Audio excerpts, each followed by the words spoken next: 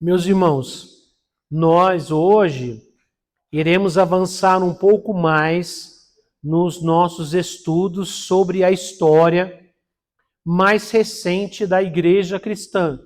Nós começamos a aprender sobre a reforma, né? Vimos um pouco da pré-reforma, o que Deus fez antes dos pequenos movimentos que acabaram culminando na reforma protestante, que nós estudamos na semana passada.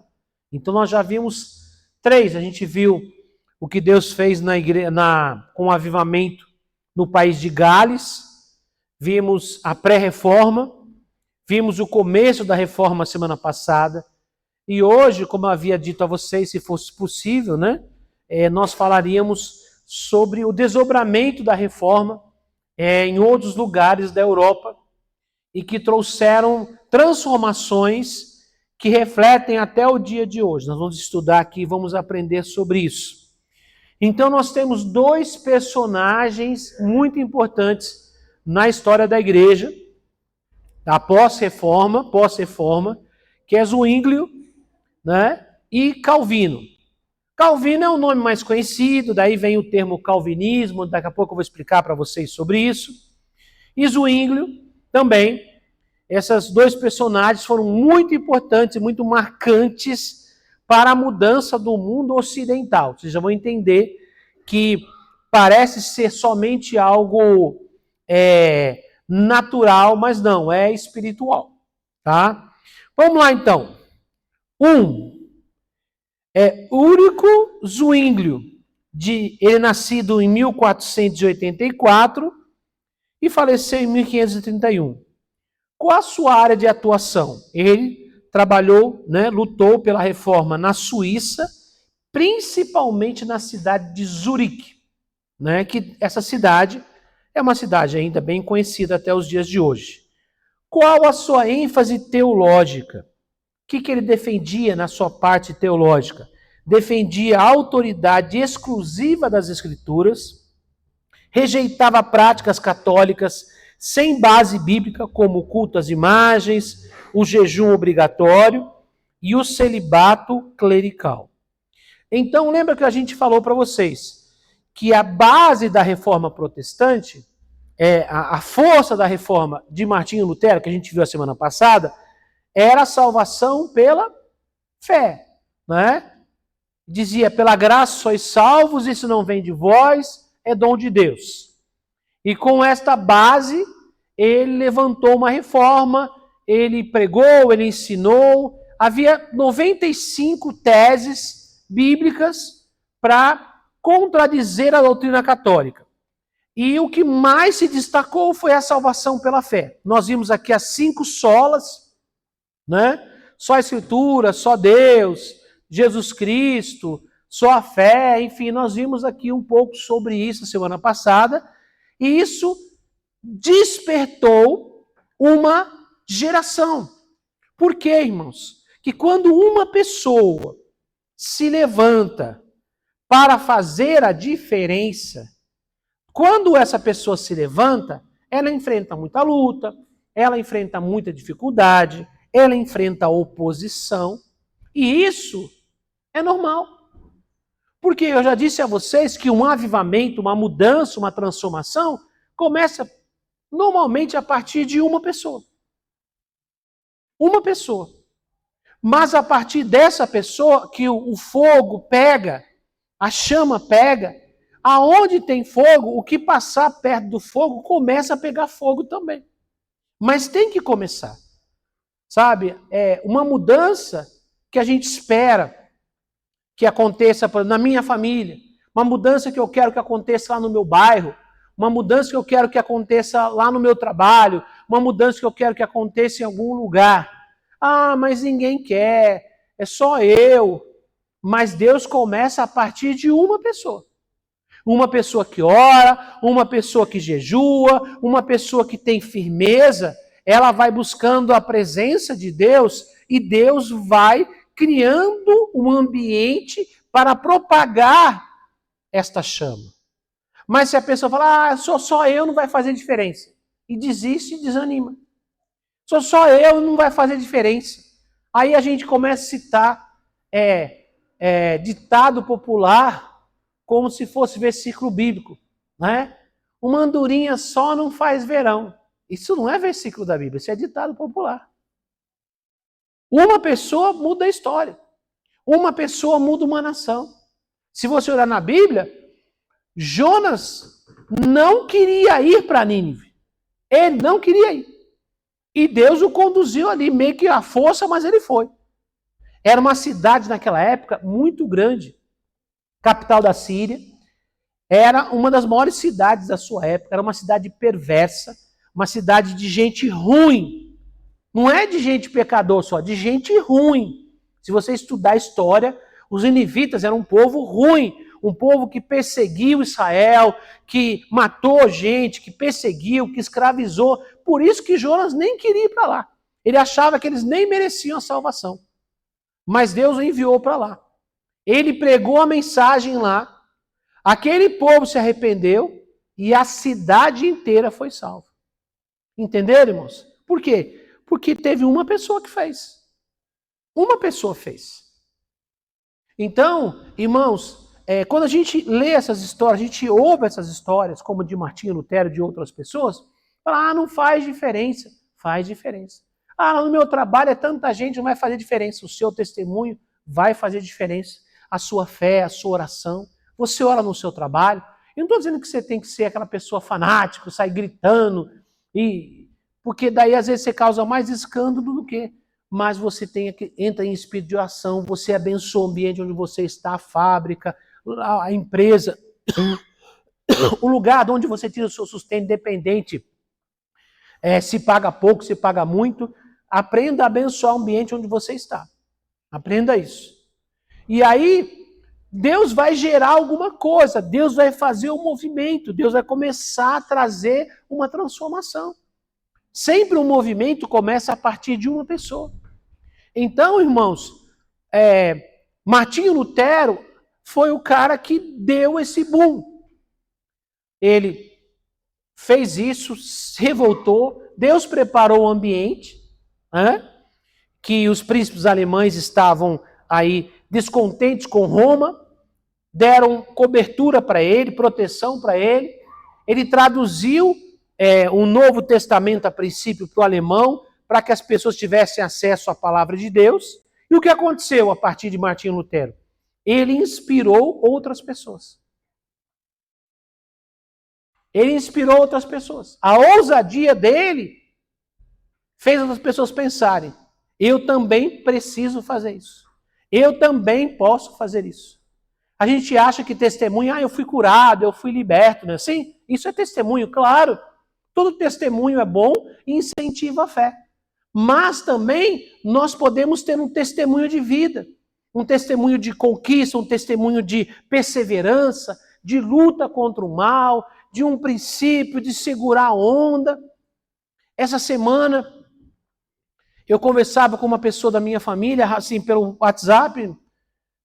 Eu tive lá uma pessoa me avisou, falou, olha, tem gente usando um outro número que tem sua foto e tá falando de pedir dinheiro. Eu falei, não sou eu.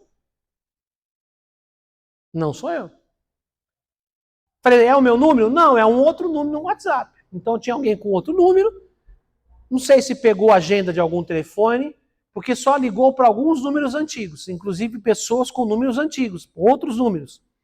Ligou, aí uma pessoa me avisou, da minha família, aí eu, não sei se vocês viram na internet, eu postei lá, coloquei no grupo lá do devocional, gente, tem alguém passando por mim pedindo dinheiro, não sou eu, né? Não sou eu. Minha irmã quase que mandou o dinheiro achando que era eu. Quase. Bateu na trave. A pessoa pediu R$1.000. Se eu soubesse, eu tinha pedido. Ué, se soubesse que ela ia mandar, eu pedia. Não é? Quase que ela mandou, e na hora, o banco dela fez um alerta sobre isso. Ela parou, aí ela mandou um recado. Ela foi conferir, aí mandou um recado. Falei, não sou eu não. Né? E essa outra pessoa da família, depois eu mandei um recadinho, agradeci, comecei a falar com ela, e a pessoa falou assim, Stênio, a gente admira você, que a gente te conhece desde adolescente, e você está sempre perseverando, está sempre lutando, sempre está lutando pela fé, sempre dando um bom exemplo, sempre tem um bom testemunho, ninguém da família tem nada para falar contra você, todo mundo te conhece, todo mundo te respeita, e você lutou contra tudo e contra todos quando você era novo. Ninguém acreditava em você. E hoje você é a nossa inspiração. Uma pessoa mandou um recado para mim. Entendeu? Estou falando isso para vocês acharem que eu sou o cara? Não, moço. É porque conquistar espaço leva tempo. Credibilidade leva tempo. No começo você apanha, no começo você é criticado, no começo você é motivo de zombaria, você é alvo de conversa, de fofoca. Mas se você persevera no seu propósito, Deus vai abençoar. Martinho Lutero pagou um preço alto pela sua fé, para que a sua fé fosse colocada. A maneira como ele cria, ele colocou aquilo. Então ele sofreu perseguição, enfim, passou por muitas lutas. Mas agora começa a aparecer os primeiros frutos da sua ousadia. Ele teve resultado na mudança em muitas pessoas? Teve.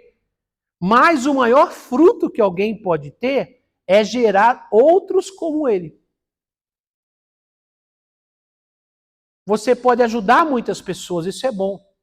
Mas quando você gera uma outra pessoa que faz o que você faz, aí você deu fruto de verdade. Não é só a influência. Você gerou outras pessoas que vão dar continuidade naquilo que você faz. Muitas pessoas dizem que liderança sem um legado não é uma boa liderança. Se você não gerar outras pessoas para fazer o que você faz, a sua liderança não teve o resultado esperado.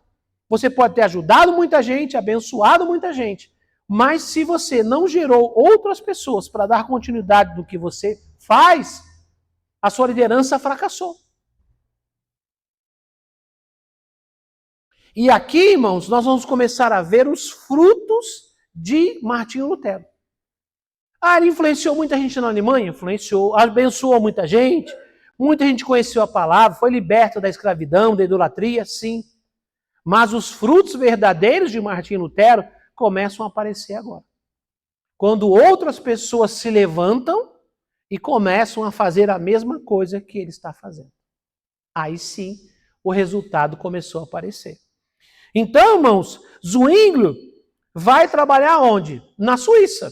Ele vai trabalhar ali ao norte da Alemanha, mais para cima, ele começa a trabalhar. Só que, irmãos, uma boa liderança, ela não só multiplica a sua capacidade, mas como ela gera pessoas, e essas pessoas acabam fazendo até mais do que a gente fez. Lembra que eu já ensinei para vocês aqui, uma das primeiras coisas que eu comecei a ensinar para vocês quando eu assumi foi visão de paternidade? Lembram disso? A gente fez até a campanha de paternidade. O que eu dizia? A gente tem que trabalhar, orar e se esforçar para que as pessoas que a gente gera, que a gente cuida, que a gente discipula, para que elas sejam melhores do que nós. Por que uma visão de paternidade? Porque quem é pai e mãe sabe que todo o nosso trabalho e esforço é dedicado aos nossos filhos para que eles sejam melhores do que nós. A gente não quer que os nossos filhos sejam iguais a nós ou inferiores. Não, a gente quer que eles sejam melhores. A gente faz o que a gente pode para que eles sejam melhores. Então a visão de paternidade na igreja não é passar a mão na cabeça, não é paternalismo. Paternalismo é passar a mão na cabeça, é fazer de conta que não está acontecendo nada. Não é isso. É visão de paternidade.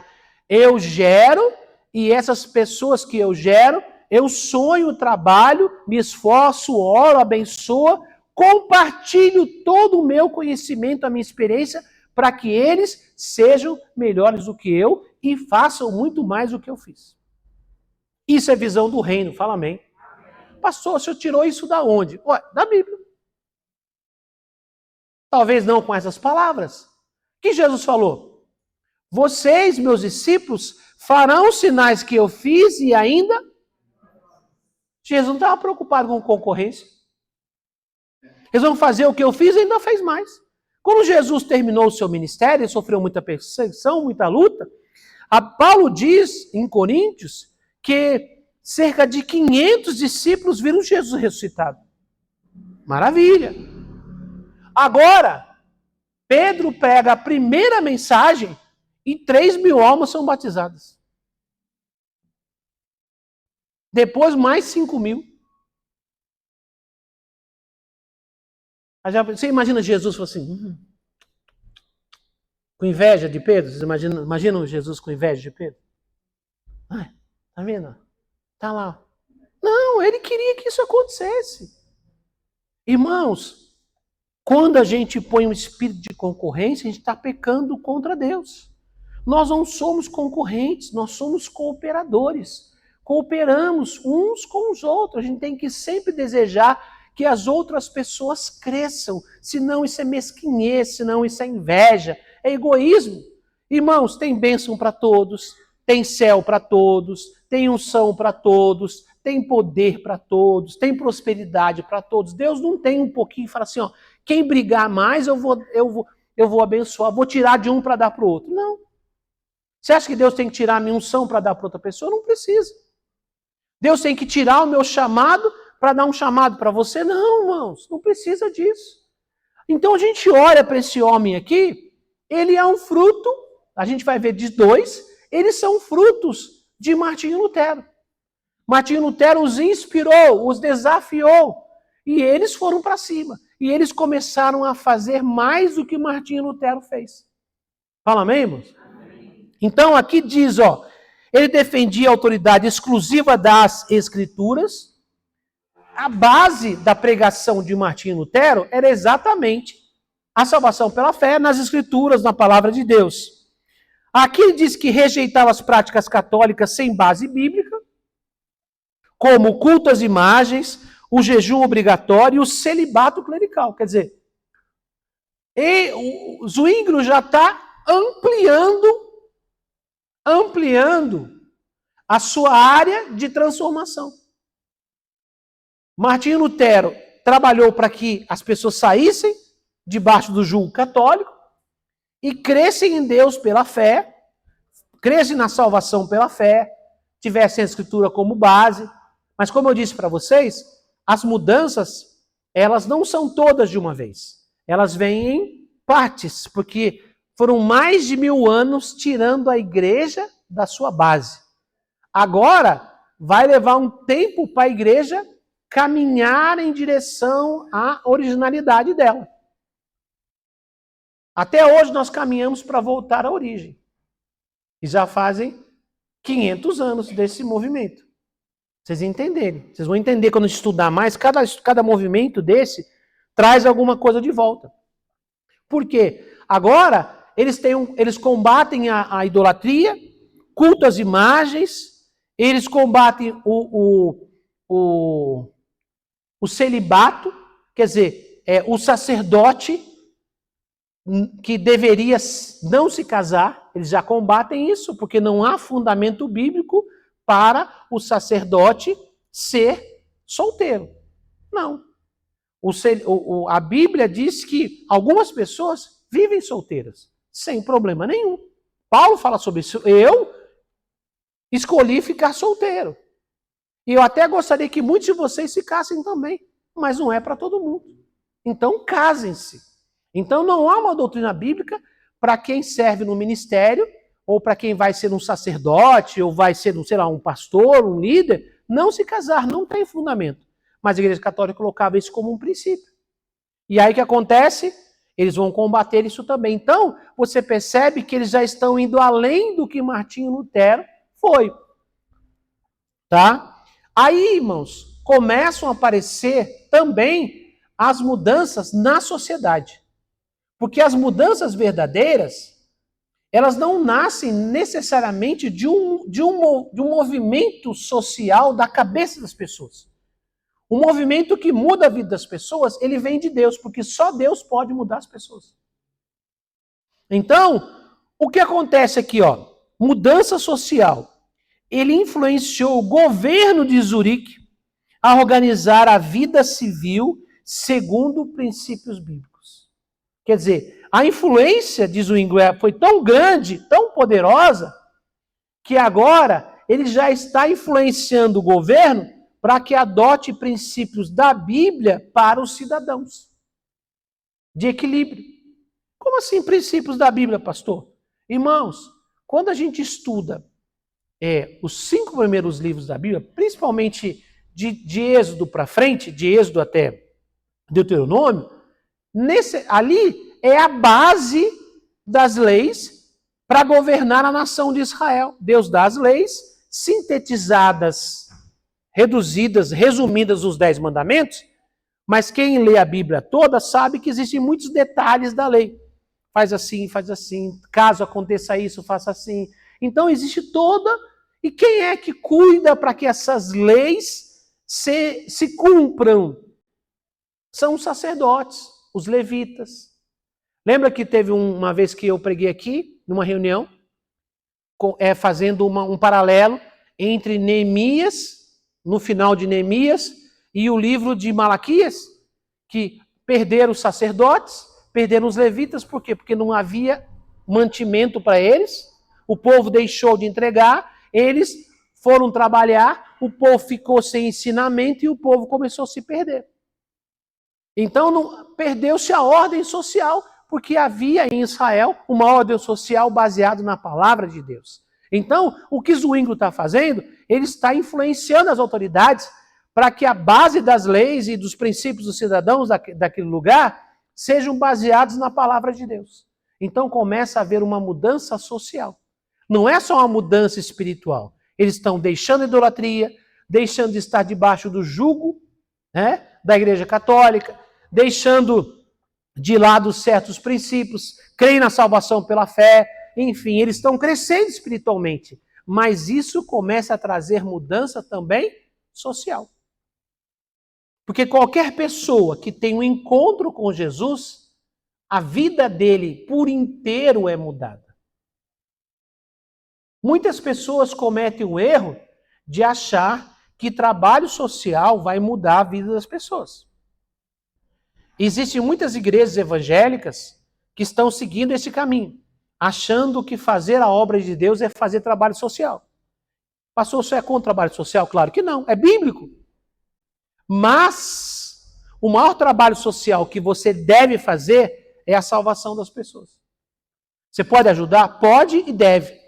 A pessoa está passando necessidade, ajude, apoie, dê um suporte. Mas jamais negue o evangelho para essa pessoa. Porque a vida dela vai mudar de verdade quando ela se encontrar e começar a viver com Jesus.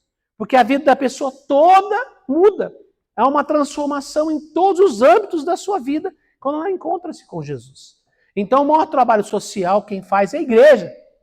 E não é só numa cesta básica ou numa roupa. Isso faz parte também. Mas é a pregação do evangelho, a salvação de almas é que traz a transformação social. Tá? E ela vai começar a gerar outras coisas também. Você vai ver só aqui, ó. Você vai ver, ó.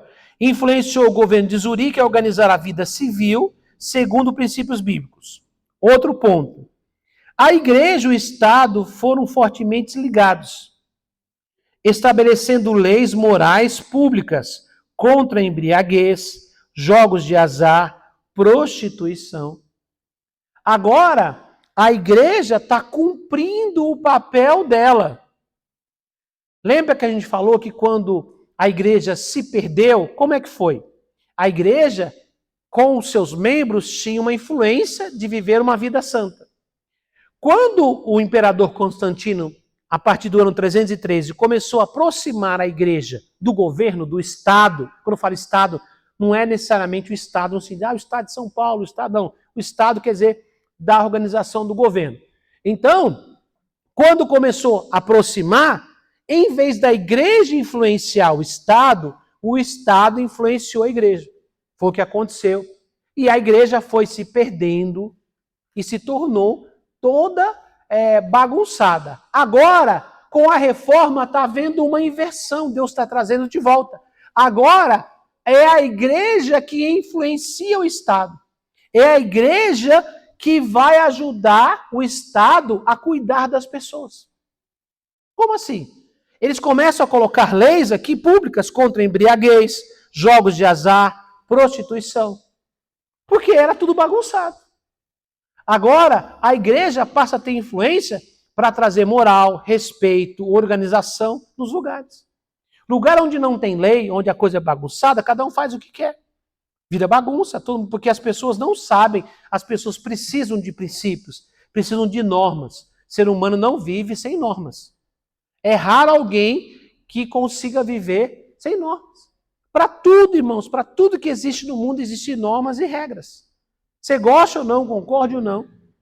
Uma organização que tem pessoas, que tem sociedade, tem que ter normas. Sempre. Até no meio dos bandidos tem regra. É a deles, mas tem. E olha lá se não cumprir. Não é isso, irmão? Lá nas pessoas que adoram o capeta quer pregar para a gente da igreja fazer o que a gente quer. Mas para o povo que está debaixo dele, não faz o que quer, não. Quem já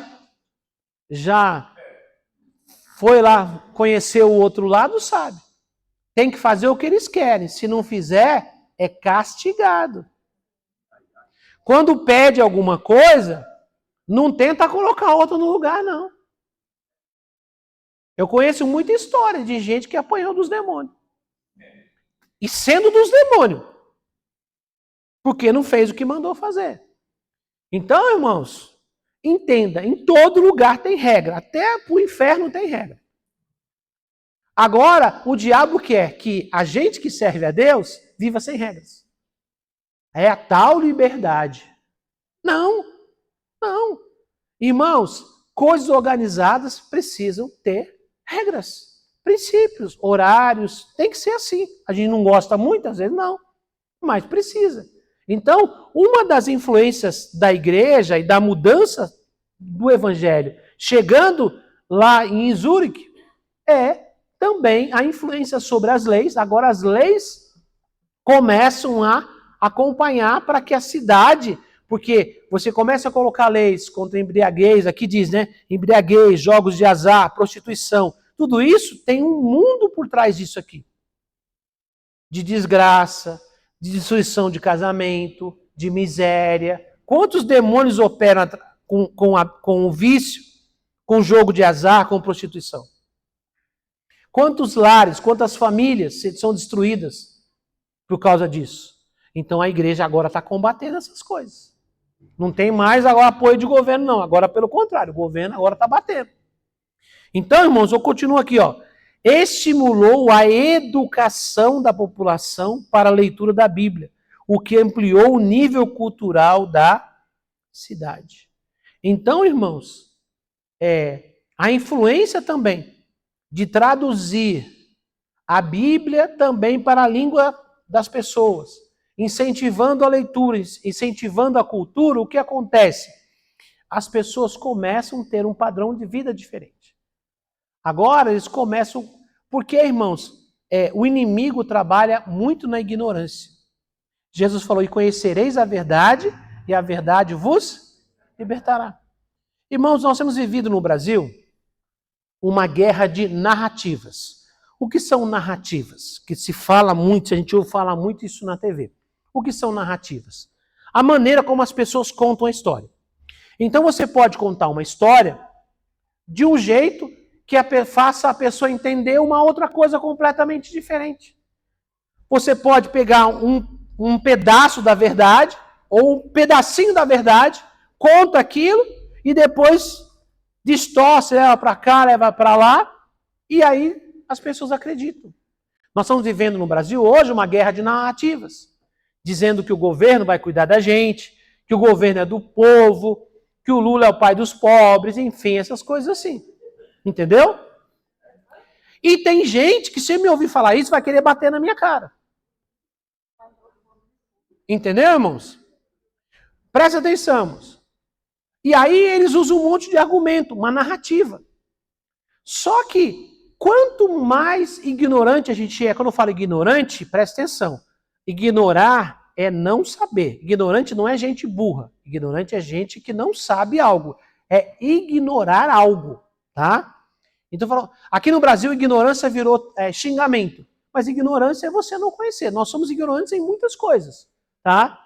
Mas a ignorância sobre a questão da política, da história das coisas.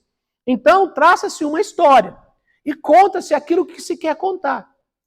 Entendeu? É uma narrativa. Isso é desse jeito, isso é desse jeito. Eu já vi notícia em 2 canais de televisão, a mesma notícia, uma completamente ao contrário da outra, dizendo a mesma coisa. Eu coloquei num canal, vi a notícia, saí dali, fui para o outro canal, vi a mesma notícia, exatamente o sentido contrário. Porque cria-se uma narrativa. Cria-se uma narrativa. Entendeu? E a política, o governo, enfim, Satanás cria uma narrativa. Como assim? Vou explicar biblicamente para você entender mais ou menos como funciona. Quando Deus criou o homem e a mulher, ele disse assim, olha, vocês vão ficar aqui no jardim, enfim, vocês têm uma liberdade, de todas as árvores do jardim vocês podem comer, mas tem uma que vocês não devem comer. É a árvore da ciência do bem e do mal. Foi o que Deus falou. Porque no dia que vocês comerem, certamente vocês morrerão. Tudo bem. Aí Satanás veio e trouxe a primeira narrativa na Terra. Qual é a narrativa? Olha, o que Deus falou para você? Ah, que se a gente comer, a gente vai morrer. Né? Mas ele também não falou que você se comesse do fruto, você conheceria o bem e o mal? Sim. Então, se você tiver esse conhecimento, você vai ser igual a Deus. É uma narrativa. Ele usou a palavra de Deus e criou uma narrativa. Criou uma mentira em cima de uma verdade. Conhecer o bem e o mal era uma verdade. Mas eles não seriam igual a Deus por conhecer o bem e o mal. Era uma narrativa. Entendemos como funciona? Então, quando a serpente criou uma narrativa, Eva foi tentada. Eva pensou, puxa, ser igual a Deus? Opa! E aí o que ela fez? Ela vendeu a narrativa para Adão. E os dois caíram. Ela podia ter caído sozinha. E Adão podia ter escolhido não cair. Mas ele também escolheu cair. Então não estou colocando a culpa na mulher. Que a serpente podia ter falado com Adão também. E ele podia ter aceitado a narrativa dela do mesmo jeito. Então foi isso que aconteceu. Então você vai estudando a Bíblia, as histórias, você vê que existem narrativas. Hoje a gente vive uma guerra de narrativas. Contando histórias, deturpando fatos. Você vai estudar a história, você vê que não é bem assim. Mas aí vão contar a história para você. Por exemplo, vou dar um exemplo de uma narrativa conhecida aqui no Brasil, né, na política. Que o governo está preocupado com a população, por isso trouxe os médicos de Cuba para trabalhar aqui. Porque falta médicos, falta para a população ter médico. Esta é a história que contam para a gente. Mas qual é a história real? Os médicos de Cuba vêm para trabalhar aqui. 2/3 do que eles recebem é pego de volta pelo governo de Cuba. Então, na época que apareceu essa história, eles ganhavam, acho que era acho que 11 mil mais ou menos. Eles ficavam com 3 mil, e o resto do dinheiro que eles recebiam trabalhando de médicos era enviado para Cuba. Como é que funciona isso? Isso financia o governo de Cuba para continuar mantendo o povo naquele ritmo. Por quê? Porque quando você cria um sistema de comunismo em que você vai bancando tudo, você não gera produtividade. Você não gerando produtividade, as pessoas não melhoram de vida. E é um bando de gente, um dependendo do outro, na miséria. Para quem conhece e estuda um pouco de história, em Cuba a comida é racionada.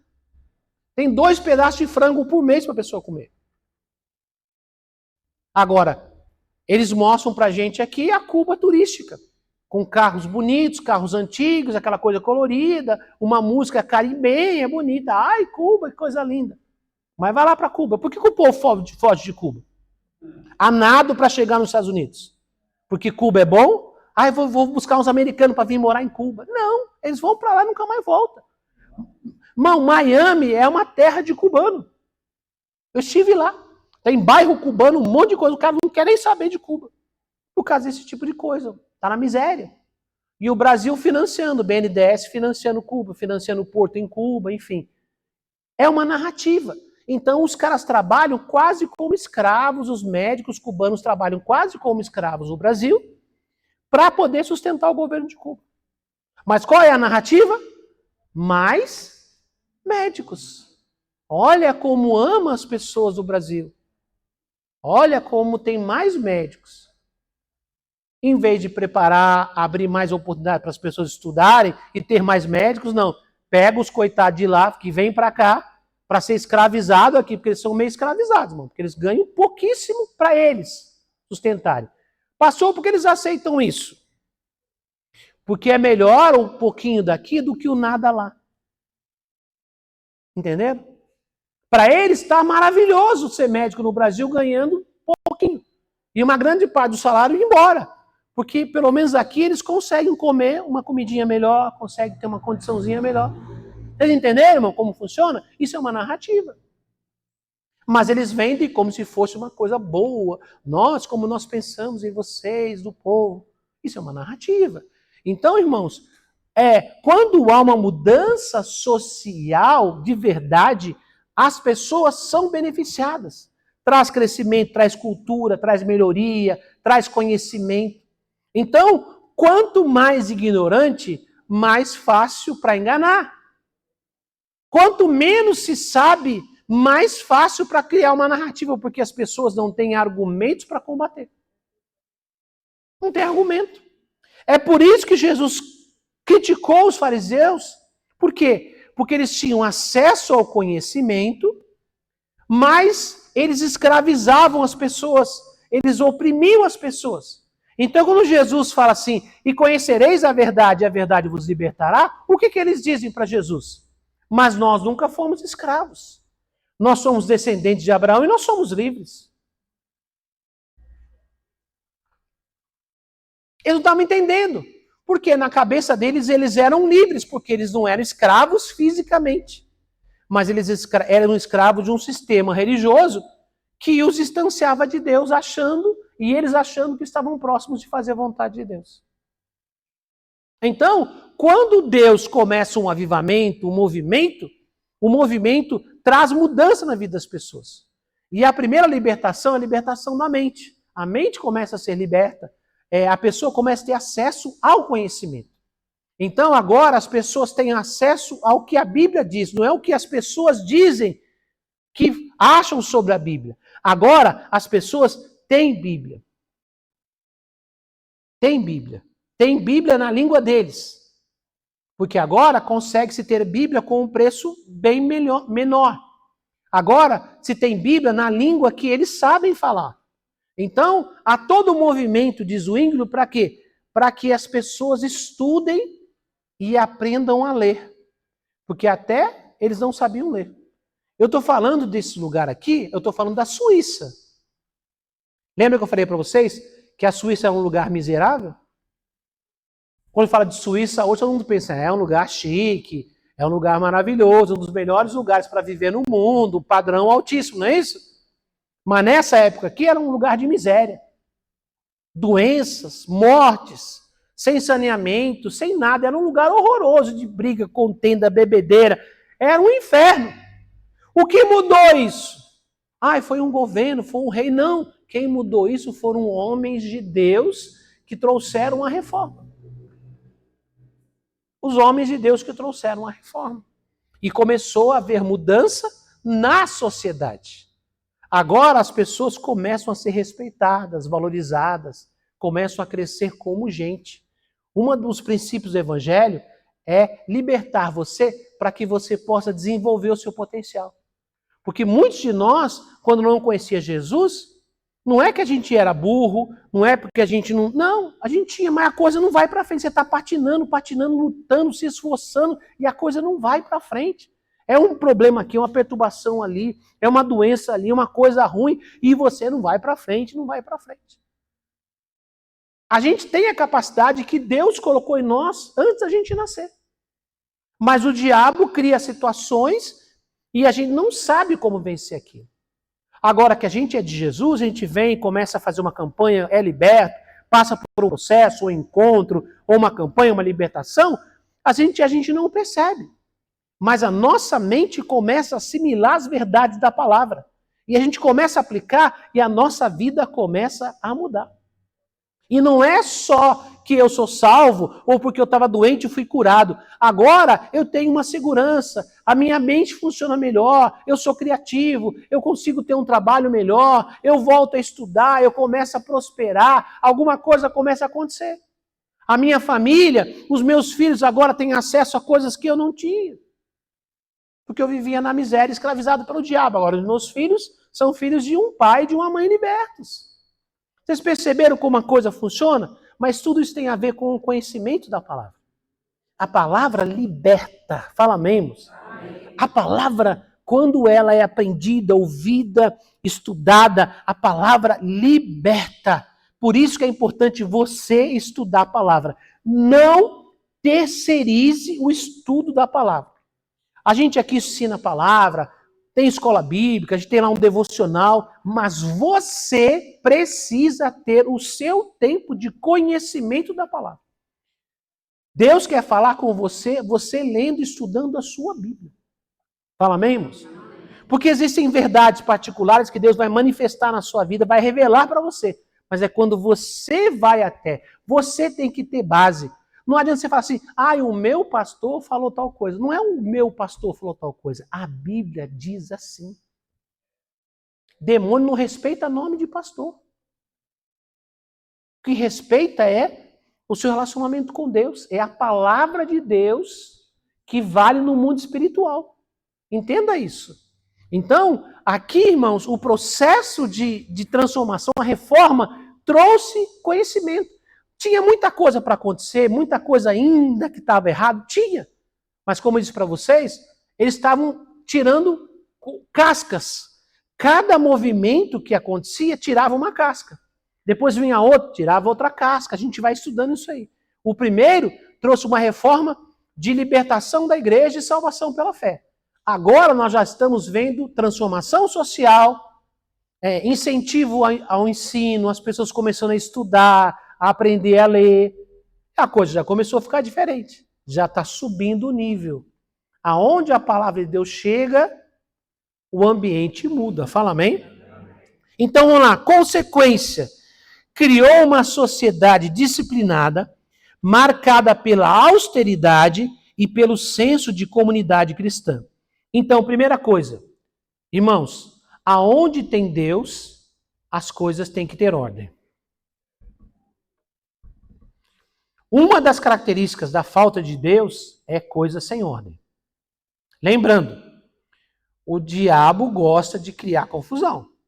Então, onde tem Deus, tem ordem. Aprenda uma coisa. Você pode discordar de alguma coisa. Você pode ter pensamentos diferentes. Mas o ambiente de Deus, não crie caos no ambiente de Deus que você vai ter problema com Deus. Aprenda a respeitar os ambientes. Pastor, eu posso ter pensamentos diferentes? Eu posso ter uma dúvida? Claro que pode. Mas como é que funciona? Trabalhando respeitosamente. Por exemplo, eu estou aqui ensinando. Você pode fazer uma pergunta? Pode. Pastor, eu entendi tal coisa. Ou, pastor, eu ouvi tal coisa assim, diferente. A minha vida inteira eu ouvi tal coisa. Pastor, o que você me fala sobre isso? Eu vou te responder. Sem problema nenhum. Vou te explicar. Talvez o que você vai falar até vai me convencer de alguma coisa, sem problema nenhum. O que você não pode fazer é chegar, não concordo com isso não. Isso aqui é assim, aí pronto. Aí você vai ter confusão. Com Deus, não é comigo. Sabe por quê? Você está quebrando uma ordem, um princípio. As coisas de Deus não são assim. As coisas de Deus têm ordem e têm decência. A Bíblia fala, quando um profetiza, o outro fica caladinho. Traduzindo para a linguagem de hoje, quando fala assim, quando um burro fala, o outro baixa a orelha. Sabe um ditado popular assim? Fala, quando um burro fala, o outro baixa a orelha? Se chama educação. Está lá em Corinto. Não é para todo mundo fazer ao mesmo tempo, virou bagunça, não. Irmão, não tem umas igrejas hoje que todo mundo quer profetizar, falar tudo ao mesmo tempo, quer subir. Esses dias, estava uma reunião, estava um culto, o pastor pregando, aí o camarada sai lá, requebrando, virando para cá, para lá, sobe do culto, toma o microfone do pastor, no meio da pregação. O Espírito Santo está bagunçando o culto agora? Pastor, mas o Espírito Santo tem liberdade. Sim, mas o Espírito Santo que colocou a ordem, então ele vai respeitar a ordem. Deus respeita a ordem. Então não é assim que funciona, irmãos. Então, aonde as coisas de Deus estão, tem que ter uma disciplina, tem que ter uma ordem. Então você conhece coisas de Deus pelo respeito, pela sobriedade, pelo equilíbrio. Aonde é bagunçado, é gritaria. Irmão, Deus não está nesse negócio. Quando eu falo gritaria, eu falo assim, contenda, falta de respeito. Irmão, não tem Deus nisso. Você pode não concordar com alguma coisa. É um direito seu, você é livre para isso. Mas a maneira como você fala pode te dar razão ou a maneira pode tirar a sua razão. Você pode estar certo e ficar sem a razão, pela maneira como você fala. Um dos frutos do Espírito é a amabilidade, que é chamado a delicadeza. É saber como falar, saber como se comportar nos ambientes, saber como lidar com as situações. Mansidão é outro fruto do Espírito. Você não quer dizer que você vai ser mentiroso, vai ser falso. Eu não sei se é assim, pastor. A Bíblia diz que você tem que ser, ué. Não sou eu que estou falando, é a Bíblia quem diz. Então, irmãos, quando uma pessoa tem um encontro com Deus, a vida dele precisa ser mudada. A gente vai falar sobre isso no devocional de hoje. Tá? Quer dizer, de amanhã. Inclusive está lá alguma coisinha sobre isso aí, no devocional de hoje e o devocional para o outro dia. Já está gravado, tá? Então, irmãos, aqui a gente vê, o que acontece? Disciplina, austeridade, irmãos, fazer as coisas de forma correta, de forma transparente. Há uma austeridade. A gente sabe que a coisa é séria. Não gera uma dúvida, mas será que é isso mesmo? Será que é desse jeito mesmo? Irmãos, quando a igreja cria um ambiente em que se perde a austeridade no que faz, a seriedade no que faz, irmão, você perde-se a unção. Porque a pessoa perde esse ambiente de credibilidade. Porque a igreja, irmãos, a nossa moeda, eu costumo dizer que nós, por exemplo, que lideramos, a nossa moeda de troca é a credibilidade. As pessoas, a gente tem que ter credibilidade. Não é crer na gente, no sentido que a gente vai resolver o problema da pessoa. A gente tem que crer em Deus. Mas tem que crer na gente que a gente está sendo correto, sendo verdadeiro. Que a gente faz as coisas da maneira correta. Então, a gente procura aqui, às vezes, falar para você, irmãos, isso aqui é assim. Tem gente que fala assim, pastor, não tem que dar explicação, irmãos, mas no ambiente de austeridade se dá explicação. Olha, irmãos, estão falando tal coisa, isso aqui custa 5 mil, sei lá, a gente conseguiu tanto. Igual a gente, há pouco tempo eu expliquei, irmão, nós precisamos de um valor para comprar o sistema de Wi-Fi. Só que a gente conseguiu só uma parte, não conseguiu a outra. Aí eu falei, irmão, nós conseguimos uma parte, dividimos um pouco, compramos equipamentos, mas não temos o dinheiro para a estrutura de fiação, enfim, estamos ainda pendurados. Porque senão a pessoa fala, o pastor pediu dinheiro, fez o que com o dinheiro? Pode ser problema seu, irmãos. Mas tem gente que deixa de ser fiel no dízimo e na oferta, ele deveria ser fiel independente de qualquer coisa. Certo? Outro dia eu vi uma explicação que um cara falou, eu gostei dela. Ele falou assim, não me lembro onde foi que eu vi. O cara falou assim, tem gente que não entrega o dízimo na igreja, que diz, o pastor vai levar o dinheiro embora, né? O pastor vai ficar com o dinheiro. Ele falou assim, e você deixa de depositar o dinheiro no banco, porque, sei lá, a ideia é que de repente um ladrão vai roubar o banco? Depois você depositou no banco, se o ladrão roubar, é problema do banco. O seu dinheiro está lá. E o banco vai ter que pagar você. Se você semeou no reino de Deus, se fizer errado, problema. Mas você semeou, fala amém? Tá? Então isso é maturidade. Mas tem gente que se não há austeridade na igreja, o que acontece? Ele acha que também pode fazer do jeito que ele quer. E aí, a minha falta de austeridade, a nossa falta de fazer a coisa com transparência correta, faz com que gente com a mentalidade ainda não madura comece a achar que pode fazer. Não, então não preciso entregar, então não preciso ser fiel, então posso. e pronto. E a Bíblia diz que nós não podemos causar escândalo. Nós não podemos causar escândalo, a gente tem que ser correto. Porque as nossas ações influenciam a vida dos outros. Então aqui, eles têm um governo de austeridade, a coisa correta, equilibrada, certinha, não há mais desconfiança. A coisa vai funcionar, as pessoas ficam melhores. Aqui diz também, ó, e pelo senso de comunidade cristã. O que eu não falo de comunidade cristã? Em que as pessoas se ajudam, em que as pessoas se apoiam. Fala amém. Então você percebeu o quê? Que agora, com Zwinglio, em Zurique, a ação da reforma está além da palavra. Agora, há transformação pela palavra, mas há os resultados na sociedade da transformação que a palavra traz. Então, o avivamento é um poder, é uma unção? Sim. Ele pode nos encher, trazer santificação? Sim. Mas o avivamento também traz transformação nos ambientes. Onde há um avivamento, há uma transformação no ambiente. Então, entenda isso. Prova de um avivamento não é a pessoa pular, gritar e falar. Isso pode ter avivamento? Pode, não há problema nenhum, irmãos. Mas isso não é prova que tem avivamento. Avivamento é quando há transformação. Quando há transformação, a prova que há um avivamento. Tá? Vamos lá. O segundo ponto, eu trouxe 2 pontos que são praticamente na mesma época e na mesma região, tá? Então agora vamos falar do mais conhecido, que é João Calvino. Da onde vem o calvinismo, a gente já vai falar sobre isso. 1509 a 1564. Ele nasceu em 1509 e morreu em 1564. Área de atuação. Inicialmente na França, mas consolidou sua obra em Genebra, na Suíça. Então, ele também tem um trabalho na Suíça. Zwinglio em Zurique e Calvino em Genebra. Tá? ênfase teológica, doutrina da soberania de Deus, predestinação e a ideia de que toda a vida deve glorificar a Deus. Não só a vida religiosa, mas também o trabalho, a política e a cultura. Então, irmãos, Calvino agora, ele traz, logicamente, a palavra, ele vai trazer o conhecimento da palavra, a leitura da palavra, a palavra na língua daquele povo, que é uma marca da reforma. Uma marca da reforma sempre é acesso à palavra. Então, retorno às escrituras. Toda vez que tem uma reforma, tem uma mudança, ela começa sempre com uma libertação de ideias e pensamentos, uma renovação de mente, como diz em Romanos, metanoia.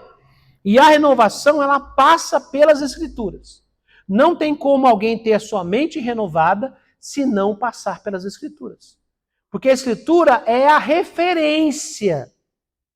Porque senão cada um pode falar a bobagem que quiser, pronto. A Bíblia é sempre a referência. Então o que Deus traz? Deus traz cada vez mais revelações da sua palavra. No caso de Calvino, ele vai falar sobre a soberania de Deus, o poder de Deus em cuidar, em realizar. Há uma polêmica, porque ele é o cara que vai falar da predestinação, e até os dias de hoje existe uma polêmica entre 2 correntes teológicas fortes, que é a calvinista e a corrente teológica chamada arminianista, que é de um cara chamado Arminiano. Pastor, nós somos de qual corrente teológica? Nós somos arminianos. Calvino defendia que as pessoas eram predestinadas à salvação e que, consequentemente, uma vez salvo, salvo para sempre. Que ninguém podia perder a salvação. Já Arminiano depois vai falar que sim, as pessoas são salvas, há uma segurança na salvação, não é qualquer coisa que Deus vai tirar sua salvação, nem tirar seu nome do livro da vida. Mas é possível sim perder, tá? Então, esse é o ponto um pouquinho mais difícil de Calvino. Mas, mesmo assim, ele conseguiu trazer grandes transformações para a Suíça, na termos de social, mudança, escolaridade, estudo, acesso à cultura, ao conhecimento, foi muito importante. Eu vou mostrar aqui para vocês a influência de Calvino aqui, aonde vai chegar, tá? Aqui diz que não só na vida religiosa, mas também o trabalho, a política e a cultura. A gente vai lendo aqui, você vai entender. Mudança social. Transformou Genebra em um modelo de cidade cristã, com rígida disciplina moral e ética. Fala amém. Então, quer dizer, ele conseguiu, através da palavra e da conversão das pessoas, acesso à Bíblia, em transformar a cidade numa cidade, um modelo de uma cidade que tem os princípios da palavra de Deus. Isso é uma grande transformação social. E política, claro. Né? Vê mais o que ele conseguiu fazer. Criou escolas para a alfabetização, incentivando o estudo não apenas religioso, mas também científico e literário. Então, presta atenção nisso. Muita gente fala, os evangélicos são ignorantes, não é assim não? Os crentes é tudo pobre, ignorante, não é assim não? Se você estudar isso, você vai descobrir. Os grandes movimentos da Europa aconteceram através da fé cristã. As universidades, a princípio na Europa, a partir de Oxford, né? E depois para outros lugares, e depois para os Estados Unidos, em Yale, Harvard, né, que é a principal, a mais conhecida, também é de base cristã. Em Cambridge, na Inglaterra também, as universidades mais influentes do mundo sempre foram de base cristã, que incentivaram o conhecimento, a leitura, a busca dos cientistas. A ciência cresceu, foi com a liberdade que a igreja protestante trouxe, porque a igreja católica proibia o conhecimento. Quem estudou um pouco de história lembra que nos idos de 1500 teve um cara, um cientista, né, um cara conhecido chamado Galileu Galilei. Ele formulou a ideia de que a Terra girava em torno do Sol. E a Igreja Católica dizia que o Sol girava em torno da Terra. E esse cara foi confrontado pelo Papa, ameaçado de morrer como herege na fogueira. Aí ele falou, não, tá bom, então é verdade, o Sol gira em torno da Terra. Durante um bom tempo ele voltou atrás na sua ideia, né? Ele era um cientista, para não morrer. Entendeu?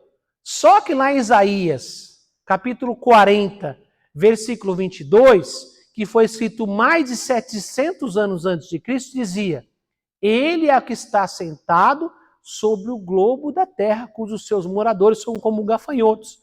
Lá já dizia que a terra era redonda, Galileu Galilei falava sobre isso, a terra ser redonda, porque até então havia a ideia de uma terra plana, até hoje tem, né? Os que defendem uma terra plana, que a terra é plana, se você continuar vai cair. Esse era o medo dos navegantes, de pegar o mar, seguir direto e cair. Que não tinha mais mundo, a terra era plana. Galileu falou que a terra era redonda, enfim, todos os princípios. Mas a Bíblia já dizia isso, mas ninguém tinha acesso à Bíblia. Então, irmãos, o que acontece? A igreja, agora, a igreja protestante é uma igreja que está aberta para o conhecimento, para a ciência, para o avanço, para a tecnologia. Ela incentiva o conhecimento. E não só o conhecimento das escrituras, a alfabetização, a leitura, livro, acesso às universidades, acesso ao ensino, porque que só tinha curso e treinamento e leitura e acesso eram as pessoas de dentro da igreja católica. Agora a igreja protestante, ela abre o conhecimento e põe para as pessoas. Então houve uma mudança na sociedade por causa da reforma protestante, tá? Vamos continuar aqui.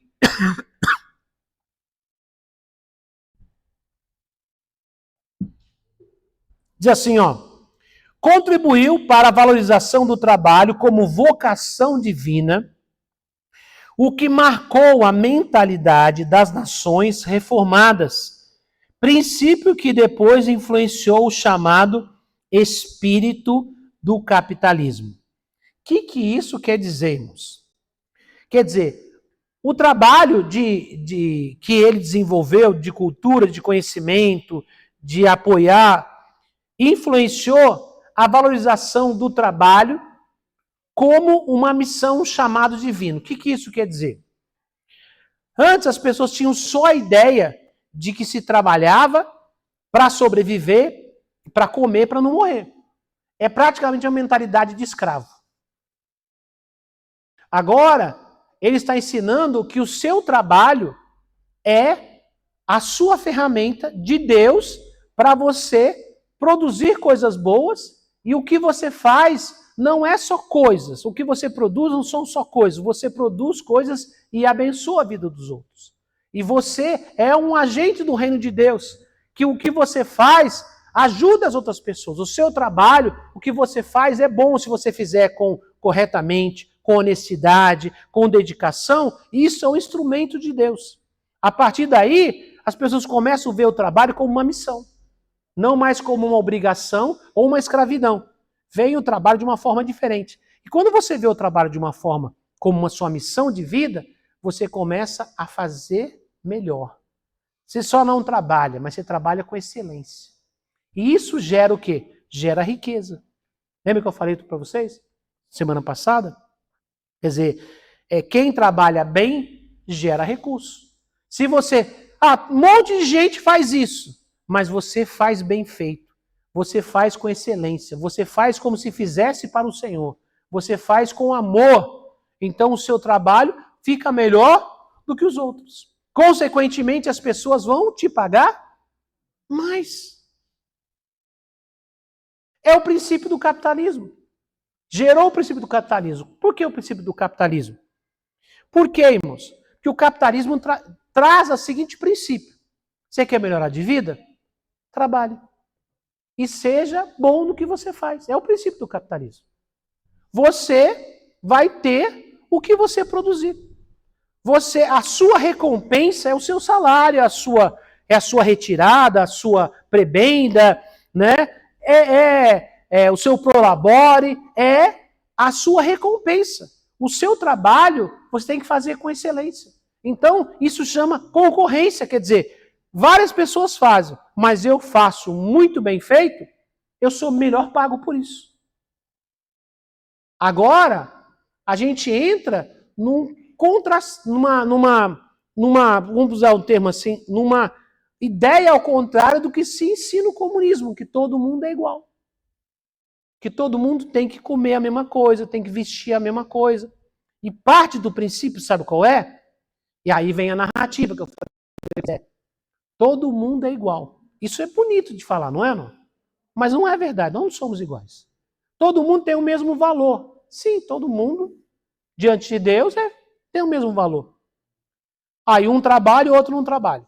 Um produz e o outro não produz. Aí o que não produz recebe. E como é que ele vai receber se ele não produziu nada? Tira do cara que produziu e passa para o que não produziu. É por isso que nos países onde tem comunismo, o país vai para a miséria. Vocês sabiam que a Venezuela tem a maior reserva de petróleo disparado, do mundo inteiro, mais que os países árabes, mais que os países todos, mais que Rússia. A Venezuela é o país que tem mais petróleo no mundo, lá em cima. Vocês sabiam que a Venezuela era um país rico, muito bom, até uns 30 anos atrás? Como é que está agora? Passando fome. Vou só contar uma história que acho que vocês já ouviram, mas para vocês entenderem o que eu estou dizendo. Eu não estou saindo do assunto não, tá? Eu estou falando aqui dentro do assunto que uma reforma de Deus traz prosperidade e muda o ambiente. Pra vocês entenderem isso, tá? O que acontece, irmãos? Uma história que ilustra isso. Certa vez havia uma polêmica numa escola, numa universidade, sobre capitalismo e sobre comunismo.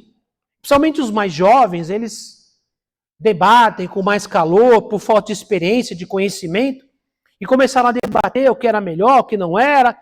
e o professor propôs um exemplo. Falou, olha, a partir de hoje nós vamos adotar o sistema comunista de notas.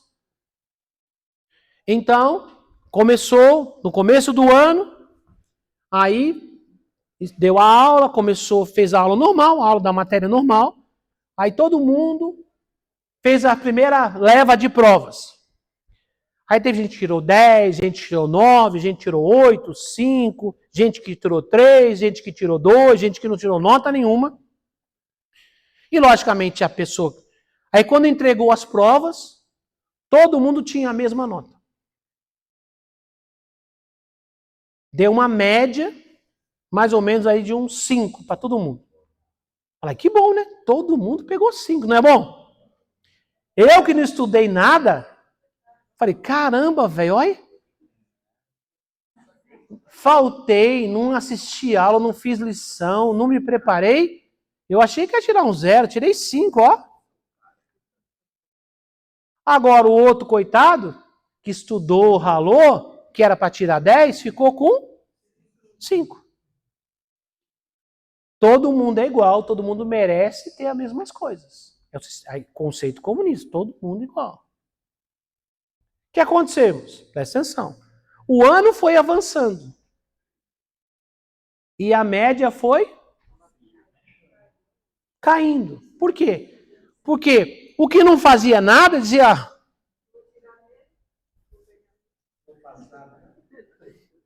Só que quem tirava 10, 8, 7, 9, falava, vou estudar para quê?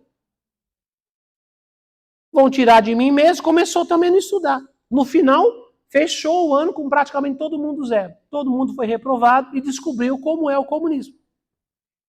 É assim que funciona no mundo. Qual país comunista de verdade, enriquece? Nenhum. Que o povo é rico? Nenhum.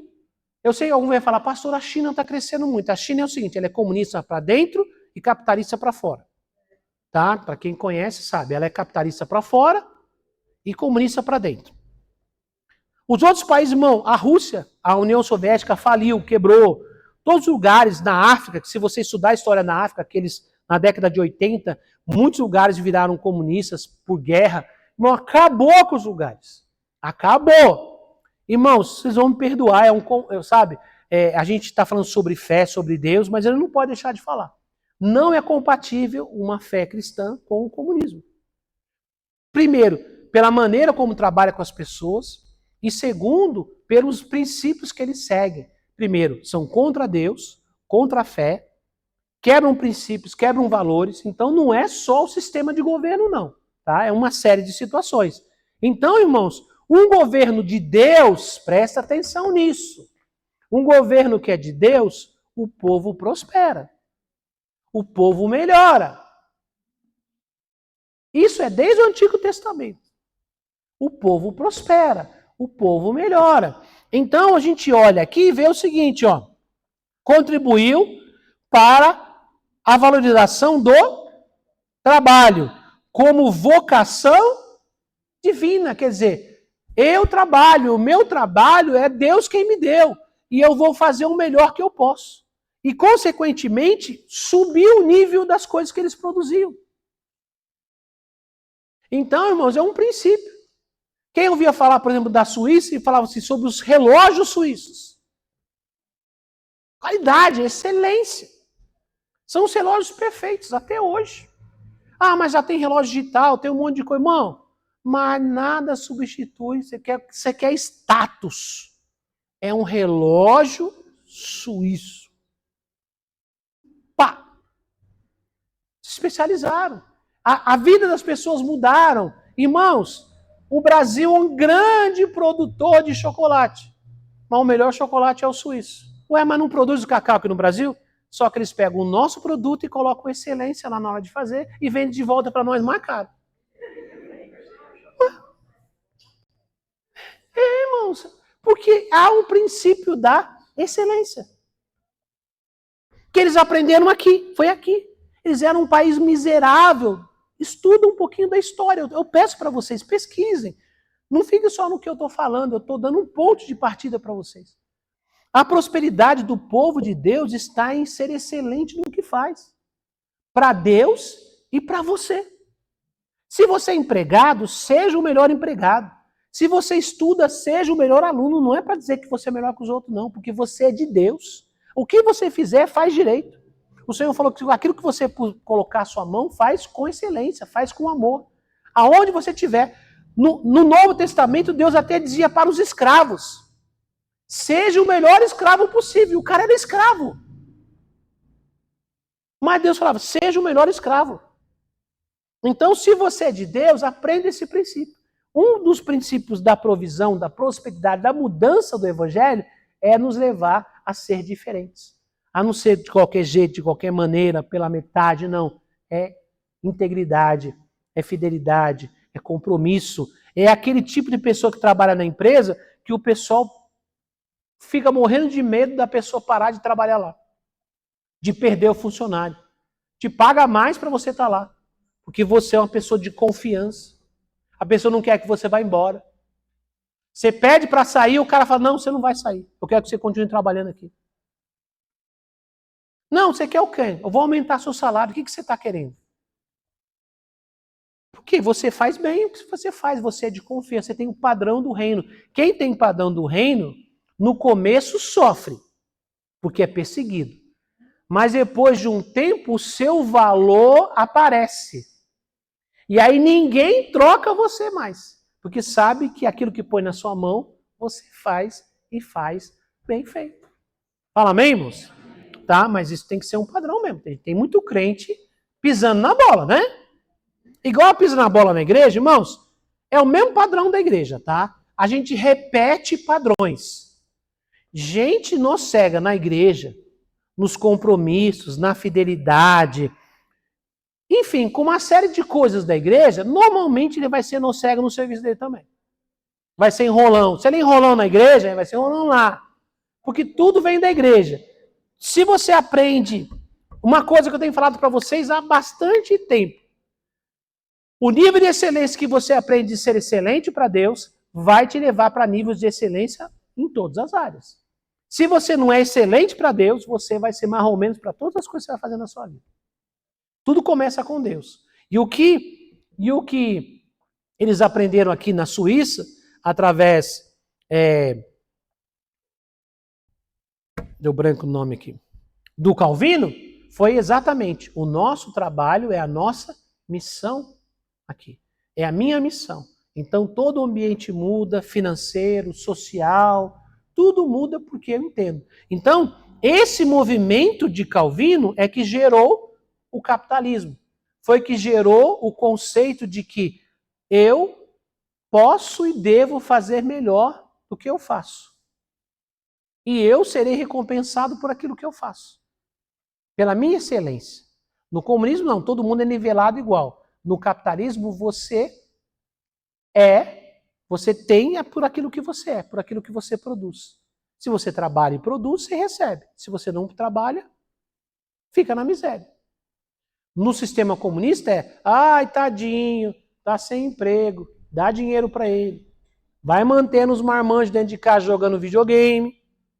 Vocês sabem, né, que 30% do pessoal que aposta nas bets aposta com dinheiro da Bolsa Família.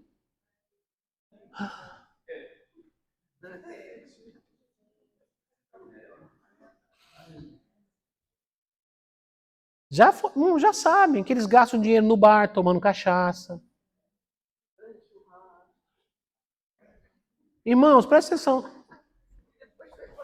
Porque, irmãos, não incentiva a pessoa a trabalhar, a melhorar de vida. Lembra que eu falei para vocês domingo agora sobre os desalentados? Quem são os desalentados? É gente, ai, tá difícil, não tem emprego. Ai, não tem. Aí não sai, por quê? Porque fala, estão pagando pouco, então junta um benefício do Vale Gás aqui, um negócio dali, vai juntando tudo. Vou evitar a fadiga, né? Parece como chama, é o seu Jaiminho, vou evitar a fadiga. E aí não trabalha. Mas ele está tirando de alguém. É por isso que o imposto vai subindo, gente. Porque você tem que pagar para quem não trabalha. Você trabalha, 40% do seu trabalho vai para imposto. E uma parte dele é para bancar gente que não trabalha. E você está com dó deles?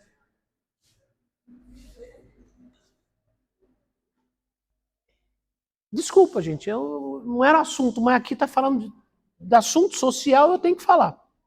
Tá? Tô afiado hoje. Vamos lá, gente.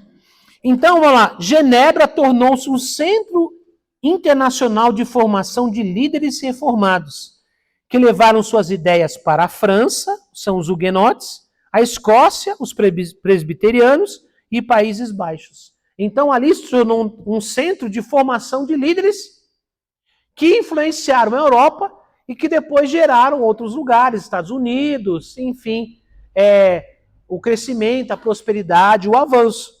Então, você percebe que o impacto da reforma protestante gerou toda uma mudança no mundo. Uma mudança no mundo. Porque quem detém o conhecimento, detém o dinheiro. Por exemplo, o nosso país produz alimento para 1 bilhão de pessoas. Nós somos 220 e poucos milhões de pessoas. E tem gente passando fome no Brasil. Mas a gente produz alimento para 1 bilhão de pessoas. Nós produtores de soja, de café, produtores de minério. O que a gente produz? A gente produz o que eles chamam de commodities. O que são commodities? São coisas básicas. É a coisa sem ser produzida. É uma semente natural, é um minério de ferro. São coisas que são mais básicas. Aí você vende para os países mais ricos. Eles pegam lá, usam o conhecimento, a tecnologia, que eles têm mais do que a gente, transformam aquilo, ganha dinheiro com aquilo e vende para nós caro. Porque eles detêm o quê? O conhecimento. Detêm a tecnologia. Detêm as patentes. Israel é o país que tem mais cientistas no mundo. É porque tem mais população? Não. Porque além dos cientistas que eles incentivam lá, eles pegam do mundo inteiro o cientista e pagam para poder ir lá para Israel. Aí o cara descobre as coisas, faz as coisas e a patente é deles. Aí o cara está aqui se matando para poder desenvolver uma pesquisa aqui no Brasil. Cara, ou ele ou ela é inteligente. E aí o cara mal consegue ter dinheiro para sobreviver. Aí o pessoal na Alemanha, nos Estados Unidos, em Israel, e fala, vem para cá, a gente vai patrocinar a sua pesquisa. Paga bem, vai morar bem, vai ter alto salário, vai viver bem, e a patente é deles. Quem detém o conhecimento, detém o poder. É por isso que Satanás quer que a igreja seja ignorante. Que se nós tivermos conhecimento de quem nós somos em Deus, ninguém segura a gente. Da unção, do poder, das promessas, da bênção, o conhecimento. E tudo começa pela Bíblia Sagrada. A Bíblia é quem traz o conhecimento que liberta as pessoas. Vou repetir, Jesus falou assim, conhecereis a verdade e a verdade vos... Então, quando você estuda a Bíblia, você descobre quem você é em Deus. E o que eu estou falando aqui, irmãos, alguém fala, pastor, você está meio coach hoje. Não, não é coach não, irmãos. É na palavra positiva, aí você vai dar certo. Repete comigo 5 vezes. Eu vou dar certo, eu vou dar certo. Ai, eu sou lindo, eu sou inteligente. Irmão, isso é coisa... Irmão, eu não sou coach. Irmãos, é a palavra de Deus que muda a vida das pessoas. Eu estou trazendo para vocês fatos históricos. Pesquise, avance, leia mais. Aonde o evangelho chegou, houve mudança e prosperidade. Aonde a verdade da palavra de Deus chegou, houve avanço e prosperidade. É assim que funciona. A reforma protestante não foi só uma reforma religiosa. Ela começou com uma reforma religiosa, dando acesso às pessoas ao conhecimento da palavra. Consequentemente, esse conhecimento se multiplicou e gerou em todas as áreas. O mundo hoje avançou com tecnologia e conhecimento por causa da reforma protestante. O mundo ficou mais de 1000 anos mergulhado em miséria, porque a Igreja Católica esconder o conhecimento das pessoas. Vocês já viram filmes que você olha e vê as casas zoadas, os caras com tudo bagunçado, aquela miséria toda, e você não é capaz de identificar se aquilo é na Idade Média ou se aquilo aconteceu antes de Cristo? Que época que foi? Aí depois você fala, caramba, foi na Idade Média. A Idade Média já tinha passado pelo conhecimento dos gregos, tinha passado por uma influência dos romanos, de estrutura, de estrada, mas quando a igreja se perdeu, a igreja matou o conhecimento e a cultura. O mundo voltou para trás da miséria, falta de saneamento, falta de acesso, enfermidade. Metade da Europa morreu com a peste negra. O mundo parou, irmão, o mundo foi se deteriorando. Depois da reforma, irmão, quando Deus começou a trazer o avivamento de reforma, o mundo mudou, o mundo prosperou, trouxe conhecimento. Então, olha a história, você vai perceber que há marcas, logicamente depende do autor, não vai falar isso. Mas só você perceber que as mudanças começam a partir do momento que as pessoas têm acesso à palavra de Deus. Aonde tem palavra de Deus, tem mudança de vida. E não é só a libertação, o meu nome está escrito no livro da vida. Sim, mas você vive nessa terra aqui ainda. E as promessas de Deus são para mim e para você, são da palavra. Para a gente mudar de vida, mudar o pensamento, metanoia, transformação. Então o avivamento, ele é muito mais do que ser cheio do Espírito. Ele é ser cheio do Espírito, sim, trazer salvação, conversão, mas isso gera mudança, porque quem se converte de verdade muda. Deixa para trás hábitos, princípios pecaminosos, vence os demônios de miséria, de derrota, de pecado, de vício, e tudo vai melhorando na vida das pessoas.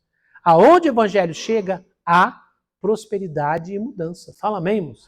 Tá? Então, quando falamos de avivamento, falamos de transformação de ambientes. Então, irmãos, aqui diz, impacto social geral, tanto do Zwinglio e Calvino. Aqui um resumo rapidamente para a gente fechar. Educação. Alfabetização em massa para a leitura da Bíblia. Então, houve alfabetização por causa da Bíblia, mas alfabetizadas as pessoas estavam, então podiam aproveitar muito mais o conhecimento. Política. Maior participação na comunidade da vida pública, já que o governo era visto como responsável diante de Deus. Então agora a visão nesses lugares é o governo tem uma responsabilidade diante de Deus, não faz o que quer. E as pessoas participavam mais antes, se falava e todo mundo, faça-se cumprir. Todo mundo, sem saber, ignorante, acabava se submetendo. Agora não, agora há conselhos, agora há grupos, pessoas podem ir lá, conversar, debater, reivindicar. Então, a democracia, a liberdade passa pela reforma protestante, tá? Moralidade. Sociedades mais disciplinadas e organizadas, com ênfase em valores de honestidade, trabalho e sobriedade. A gente já falou mais sobre isso, né? Então, agora é uma coisa mais austera, mais sóbria, moral, princípios da palavra de Deus. Então fica tudo melhor, tudo mais organizado. Outra coisa, cultura. A ética reformada incentivou a responsabilidade individual e a ideia de que toda a vida pertence a Deus. Então, valorizar a outra pessoa, valorizar o próximo, respeitar as outras pessoas, tudo isso a responsabilidade individual. Eu tenho responsabilidade sobre a minha vida, não tenho que jogar sobre os outros, Não, eu tenho responsabilidade com a minha vida, com o meu estudo, com aquilo que eu faço. Porque antes as pessoas eram vítimas de uma sociedade problemática.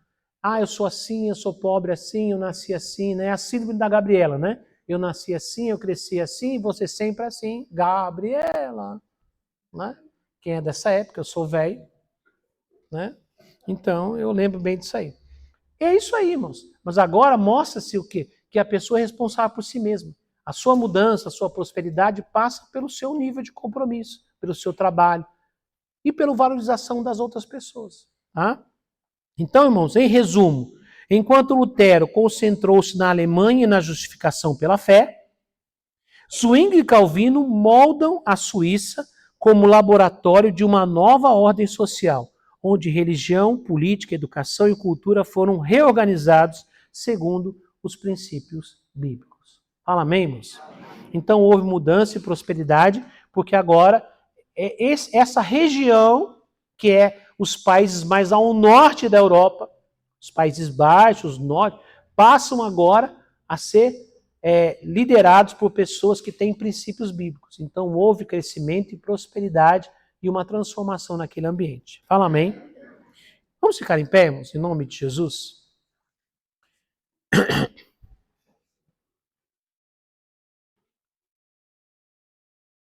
Irmãos, o que nós estamos estudando, que eu falei para vocês, é estudar um pouco da história. Pastor, mas nós somos crentes, a gente estuda a Bíblia. Sim, irmãos, eu estou mostrando para vocês como é que a Bíblia funciona na prática. Mostrando na história. Basicamente, nós trabalhamos sempre com a referência bíblica, a palavra de Deus. Mas eu separei um tempo, em algumas reuniões aqui na quarta-feira, para nós estudarmos um pouco de história. Porque as pessoas precisam conhecer a história, para não serem enganadas também. Nos nossos dias, como as coisas funcionam? O que a palavra de Deus diz sobre isso? Então, eu vou contando para vocês um pouco da história, vou dando algumas referências, trago para a Bíblia, volto. Por quê, irmãos? Porque nós precisamos ter conhecimento. Precisamos saber de onde nós viemos. Você vai perceber que a gente vai caminhando, a gente vai ver vários movimentos até chegar quem nós somos hoje. Mas tudo isso custou o quê? Empenho, dedicação, oração, jejum, sacrifício de muitos homens e mulheres durante muito tempo. Eles se sacrificaram para que conseguisse conquistar alguma coisa a mais. E nós não podemos passar a nossa geração simplesmente como consumidores dentro da igreja. Eu vim para receber minha bênção, meu milagre, eu quero prosperidade, eu quero bênção, maravilha, isso tudo é seu, sem problema nenhum. Mas o que nós vamos fazer pelos outros? Como nós vamos contribuir para a sociedade? Como nós vamos contribuir para a mudança da vida de pessoas? Então a igreja tem uma missão nessa terra, que não, a princípio é levar a palavra e salvar as almas, mas é cuidar do povo para que o povo diferente influencie a sociedade para ser uma sociedade melhor. A gente não começa pelo social, a gente começa pelo evangelho. Mas o evangelho tem desdobramentos sociais. E quando eu falo social, não fica aquela mentalidade que é de dar a cesta básica, tá? Isso pode acontecer lá na ponta? Pode. Mas a mudança é que as pessoas não precisem de cesta básica dos outros, que elas consigam trabalhar e ter o seu salário com dignidade. É isso que Deus quer fazer. No momento que ela precisa, a gente ajuda, mas a gente quer abençoar para que ela não precise mais dos outros. Fala amém? Esse é o trabalho que a igreja faz. É um trabalho social também, mas de uma forma diferente. Irmãos, um avivamento, ele passa por uma transformação em nós. E depois é uma transformação através de nós na sociedade. Vamos orar, vamos clamar a Deus, Senhor, que a tua palavra esteja no meu coração. Me ajude a amar, a estudar, a aprender a tua palavra, para que eu possa ser transformado e através da minha vida o Senhor venha transformar a vida de outras pessoas. Para que a gente tenha uma sociedade diferente, um país diferente, uma cidade diferente, começa por aqueles que conhecem o Senhor. O político não vai mudar o mundo, esse povo não vai mudar o mundo, as ONGs não vão mudar o mundo. A única instituição neste mundo que tem poder de transformar a sociedade é só a igreja. E isso somos nós. Vamos orar? Pai, em nome de Jesus, nos colocamos em tua presença, Senhor, nesta noite. Pai, nós estivemos aqui estudando um pouco mais da história da Reforma Protestante. Pai, que o que nós aprendemos aqui hoje fique guardado em nosso coração. Porque sabemos, ó Pai, através da tua palavra, que, meu Deus, o conhecimento da verdade é quem liberta. A nossa mente é liberta, a nossa alma é liberta, o nosso espírito é liberto, a nossa vida é transformada. Então, ó Pai, leva-nos a viver uma vida na tua presença, transformados pela verdade do teu evangelho, pela verdade da tua palavra, que possamos ser pessoas diferentes, que possamos ser cidadãos melhores, que possamos ser pais melhores, mães melhores, que possamos ser crentes melhores, que possamos ser irmãos na fé melhores, que possamos ser trabalhadores, empregados, empreendedores melhores, que possamos, meu Deus, entender que o Senhor espera de nós é que nós sejamos pessoas que valorizam o trabalho, que fazem o melhor que pode, Pai. Que o Senhor abra a nossa mente para tirar todo espírito de miséria, de derrota, de escravidão, de aceitar qualquer coisa, Pai. Nós somos teus filhos. Leva-nos uma mudança, uma transformação no nosso coração, para que nós possamos trabalhar na tua obra, através da tua obra, mas também em nossa família, no nosso trabalho, na empresa onde estamos, no negócio em que temos. Pai, em nome de Jesus, onde a tua igreja chegar, que ela seja poderosa, que ela seja, Senhor, transformadora em todos os ambientes, que cada um de nós, quando chegar no lugar, que leve a tua luz, que leve a tua palavra, que leve a tua verdade, que leve a tua libertação. Pai, em nome de Jesus, que nós possamos viver um avivamento no meio da tua igreja, um despertamento no meio do teu povo. Nós te pedimos, em nome de Jesus. Amém e amém. Podem assentar, queridos.